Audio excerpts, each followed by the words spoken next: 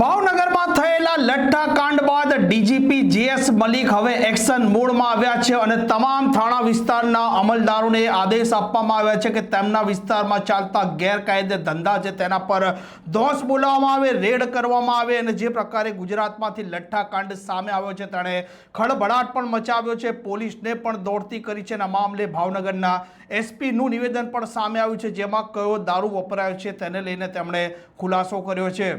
વૈષ્ણવજન તો તેને કહીએ જે પીડ પરાઈ જાનાને રે।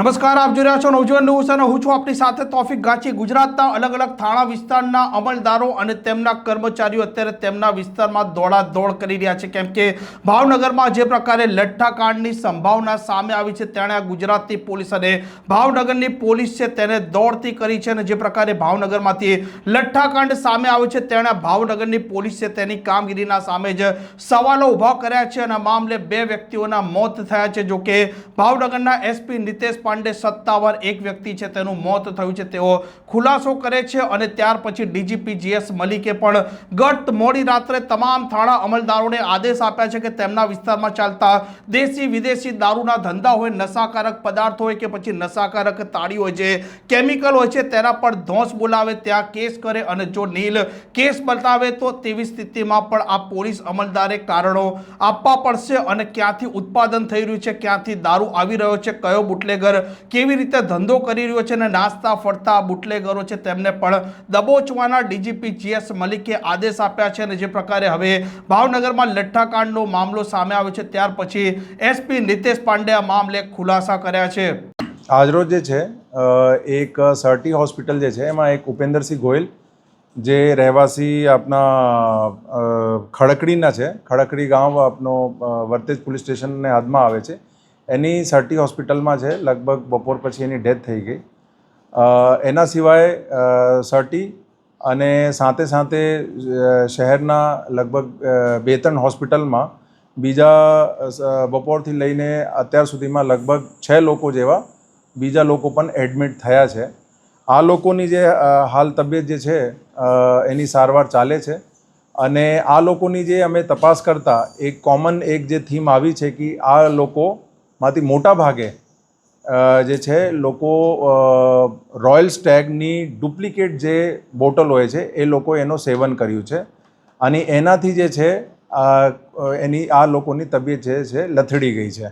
તો એમાં કીધું એક અત્યાર સુધીમાં ડેથ છે અને બીજા લગભગ 5 થી 6 લોકો જે છે અલગ અલગ હોસ્પિટલમાં અત્યારે સારવાર હેઠળ છે।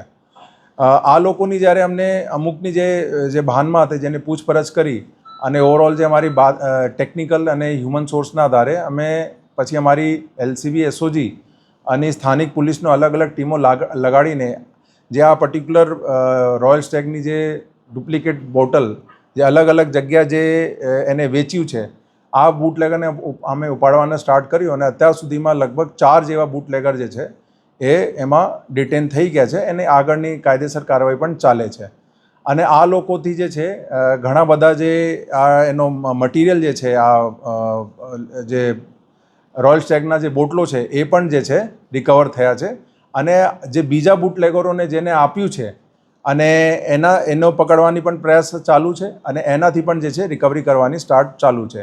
સાથે સાથે અમે બીજી એક પ્રયાસ એવું પણ કર્યું છે કે એ લોકોએ જે છૂટક જેને પણ વેચ્યું હોય આ બોટલ અને અમે ટ્રેસ કરીને ભલે એની અત્યારે અમુકની તબિયત સારી પણ છે તો પણ અમે એકવાર સારવાર જે છે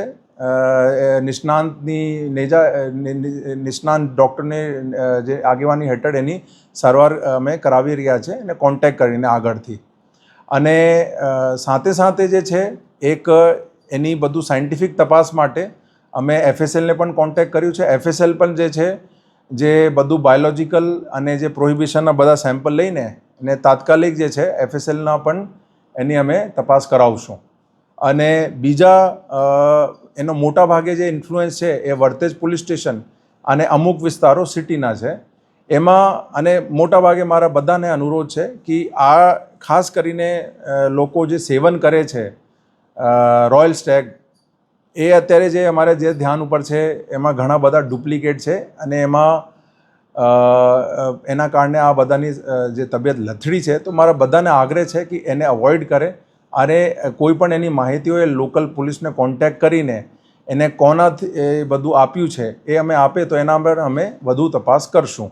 અને કોઈએ બાયચાન્સ સેવન કર્યું છે, કોઈને બાયચાન્સ અમારાથી રહી ગયો હોય કે અમે કોન્ટેક્ટ અમારા લેવલે નથી થયું અને થોડું પણ ડાઉટ હોય તો તાત્કાલિક જે છે એ લોકો આપણા નિયરેસ્ટ જે હોસ્પિટલ છે અહીંયા એ લોકો જે છે સારવાર માટે ભરતી થાય અને એની સારવાર કરવામાં આવશે વ્યવસ્થિત.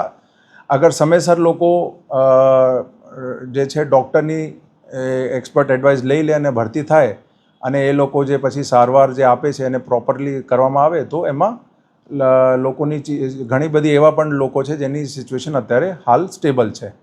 મૃતક વ્યક્તિ જે છે ઉપેન્દ્રસિંહ ગોયલ એ ખરકડી ગામના છે. એના જોડે બીજા 2 લોકો હતા જેને એના જોડે એ લોકોએ બધા મળીને સેવન કર્યું હતું. એમાં એકની હાલ સિચ્યુએશન સારી છે અને એક જે છે હોસ્પિટલમાં ભરતી છે એની પણ સિચ્યુએશન સ્ટેબલ છે. નરેન્દ્રસિંહ યાદવ નામના વ્યક્તિ છે તેમનું પણ મૃત્યુ થયું છે તે પ્રકારની માહિતી મળી રહી છે. બટ એની અત્યારે હાલ અમારા પાસે એની કોઈ વિગત નથી અને એની કોઈ એવા ઓન પેપર અમારા પાસે કોઈ એવી જે છે રિપોર્ટિંગ નથી થઈ. સર 4 બુટલેગર પકડવામાં આવ્યા છે, તેના નામ શું છે અને કયા વિસ્તાર? એ બુટલેગર જે છે મોટા ભાગે વર્તેજ પોલીસ સ્ટેશન અને અમારા સિટીના જે પોલીસ સ્ટેશન છે એમાં છે.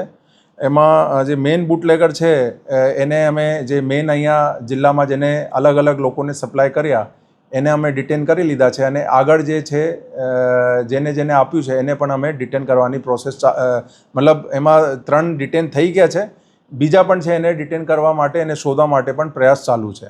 અને એ લોકો જે પણ માલ અત્યારે આ લોકો જે કબજામાં હોય એને શોધવાની અને એને કોને આગળ કોઈને છૂટક વેચ્યું છે એ પણ અમે જે છે ટ્રેસ કરવાની અમારી એની અત્યારે હાલ મહેનત ચાલે છે. સર એ મુખ્ય સપ્લાયરનું નામ શું છે સર બુટલેગરનું? મુખ્ય સપ્લાયર જે છે ગૌતમ એક સોલંકી કરીને છે એ મુખ્ય સપ્લાયર છે. અત્યાર સુધીની તપાસમાં એવું ધ્યાન ઉપર આવ્યું છે અને પછી જે છે એને આગળ અલગ અલગ લોકોને માલ વેચ્યું છે.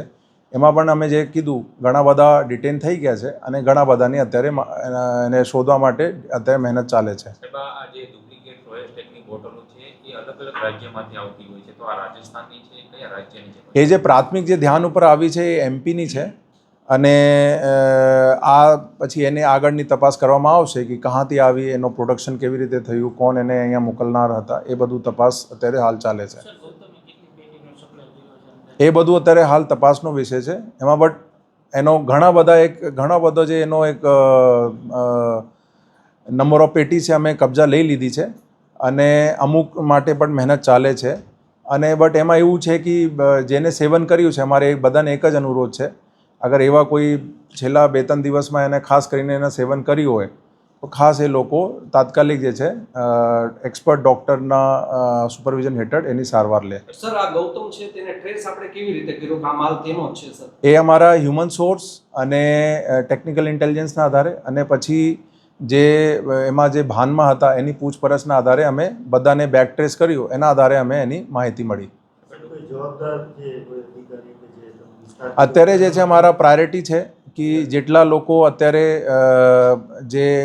જેને એને સેવન કર્યું છે એને તાત્કાલિક સારવાર મળે અને જેની સારવાર ચાલે છે એને બેસ્ટમાં બેસ્ટ પોસિબલ કેર મળી શકે જે છે. એને બધાને અમારી ભગવાનને એક જ પ્રાર્થના છે કે બધાની જાન બચી જાય, એ અમારી પ્રાયોરિટી છે. બીજા બધા છે એની અમે તપાસ કરશું. ખાસ કરીને ડુપ્લિકેટ દારૂમાં સ્પિરિટની માત્રા વધારે આવતી હોય છે, તો માત્ર રોયલ સ્ટેક જ છે કે પછી અન્ય? એ જે અત્યાર સુધીમાં જે કોમન એક વસ્તુ આવી છે રોયલ સ્ટેક છે. એની પછી અમે FSL તપાસ કરાવશું. એમાં શું ખરેખર હતું એ એની સાયન્ટિફિક તપાસ પછી જ ખબર પડશે. જે મૃતક છે તેમને દારૂ સપ્લાય કરનાર વ્યક્તિની ધરપકડ કરી છે? હા, એમાં પણ ઘણા બધાની ધરપકડ થઈ છે. જે આપે કીધું જે ગૌતમ છે મેઇન, એના પછી નીચે ઘણા બધાને એને આપ્યું છે. તો એમાં અમુક લોકો ડિટેન થઈ ગયા છે, અમુક બાકી છે. એના માટે મહેનત ચાલે છે. સર દારૂબંધી હોવા છતાં આટલો દારૂ વેચાય છે તો આના માટે પોલીસ જવાબદાર ના થઈ શકે? અત્યારે મારી પ્રાયોરિટી છે કે જે લોકો અત્યારે જેને સેવન કર્યું છે એને પ્રોપર સારવાર મળે.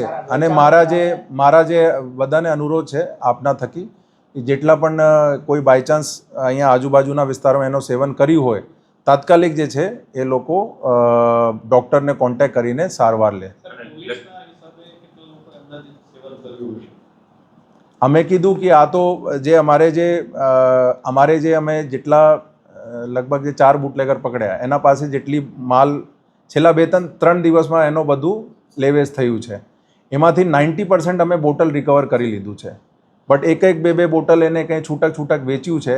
એમાં અમુક લોકોની એમાં પણ એવું છે કે અમુક લોકોનો તબિયત સારી છે, અમુકની સ્ટેબલ છે અને અમુકની બહુ ખરાબ છે. તો હવે એ શું ખરેખર છે એ તો સાયન્ટિફિક જે તપાસ છે અને મેડિકલ ઓપિનિયનના આધારે કહી શકાય. સાહેબ, આ લોકોએ કેટલા રૂપિયામાં મોત ખરીદ્યું હતું તેવું તપાસમાં સામે એ અત્યારે એ બધું તપાસ એની ચાલે છે. શંકાસ્પદ લઠ્ઠાકાંડ કહી શકાય ખરી? અત્યારે જે સાયન્ટિફિક તપાસ જ્યારે થશે, જે બોટલ મળ્યા છે એની જ્યારે સાયન્ટિફિક તપાસ થશે પછી જ કહી શકાય કે એમાં ખરેખર શું મટીરિયલ મિક્સ કરવામાં આવેલ હતું. અમે જે છે પરિવાર એનો અત્યારે જે ફેક્ટ છે અમે પણ બધું ખબર નથી. એ પરિવારે કોન્ટેક્ટ કર્યું હોય, પરિવારને રિપોર્ટ કરવું પડે છે, પછી આ બધું પીએમ થાય છે. એમાં શું થયું છે એ પછી અમે તપાસ કરશું. તેવી વાત છે સરકારી ક્વાર્ટરમાંથી 3 બોટલ ઇંગ્લિશ દારૂ પકડવામાં, 3 પેટી પકડવામાં આવી છે. તેમાં કોઈ છે કર્મચારી છે? એ બધું મારા ધ્યાન ઉપર નથી. અત્યારે જે અમારી પ્રાયોરિટી છે કે જે એટલા બુટલેગર છે અમે આમ તો અત્યારે ઘણી બધી રેડ બીજી પણ કરાવી છે, પણ મેઇન ફોકસ આ જે બ્રાન્ડ પકડ્યું છે એના ઉપર અમારું વધારે ફોકસ છે. મારો અંતિમ સવાલ છે સાહેબ, બનાવ બન્યા બાદ ભાવનગર જિલ્લામાં કેટલી જગ્યાએ રેડ કરવામાં આવી છે અને કેટલા લોકોને ડિટેન કરવામાં આવ્યા છે આખા જિલ્લામાં? અમે કીધું આપને આ પર્ટિક્યુલર જે માલ જે બધા ચેઇનમાં લોકો ઇન્વોલ્વ છે એમાં અમે કીધું 4 થી 5 લોકો અમે ડિટેન કર્યા છે. બીજા માટે મહેનત ચાલે છે. પછી એના સિવાય પણ એના ઉપરાંત પણ અમે કેસીસ કર્યા છે અને એમાં પણ બુટલેગર ઉપર કેસ કર્યું છે અને એને પકડ્યું છે, માલ સીઝ કર્યું છે. પણ તે હાલ અમારી પ્રાયોરિટી જે છે આ પર્ટિક્યુલર જે ડુપ્લિકેટ જે બ્રાન્ડ છે રોયલ સ્ટેગની એને કોને વેચ્યું છે એના ઉપર વધારે છે. એને પકડીને અમે કાયદેકીય એના વિરુદ્ધ જે છે બધા કડકમાં કડક પગલાં લેવા માટે અમે પ્રયાસ કરશું. સર, આ ગૌતમ સોલંકી છે એ ઝડપાયો છે, તો તેની પાસેથી કેટલો માલ તેને મંગાવ્યો છે, લાવ્યો છે એ બધું તપાસ અત્યારે ચાલે છે. પણ અમે જે કીધું એને જે આગળ જેને વેચ્યું છે એની જ્યારે અમે આ લોકોને અમે ડિટેન કરીને એની પૂછપરછ કરી તો આમાંથી 90% જે માલ છે એ લોકો પાસેથી કબજા થઈ ગયા છે. કેટલો છે 90%? એ તપાસનો વિષય છે. અમે અત્યારે શું છે બીજા બુટલેગર્સની પણ અત્યારે તપાસ ચાલે છે, એટલા માટે અમે ઘણી બધી માહિતી શેર નથી કરી શકતા. આ પ્રકારની ક્રાઇમ સ્ટોરી માટે નવજીવન ન્યૂઝ ચેનલ સાથે જોડાયેલા રહો. નમસ્કાર.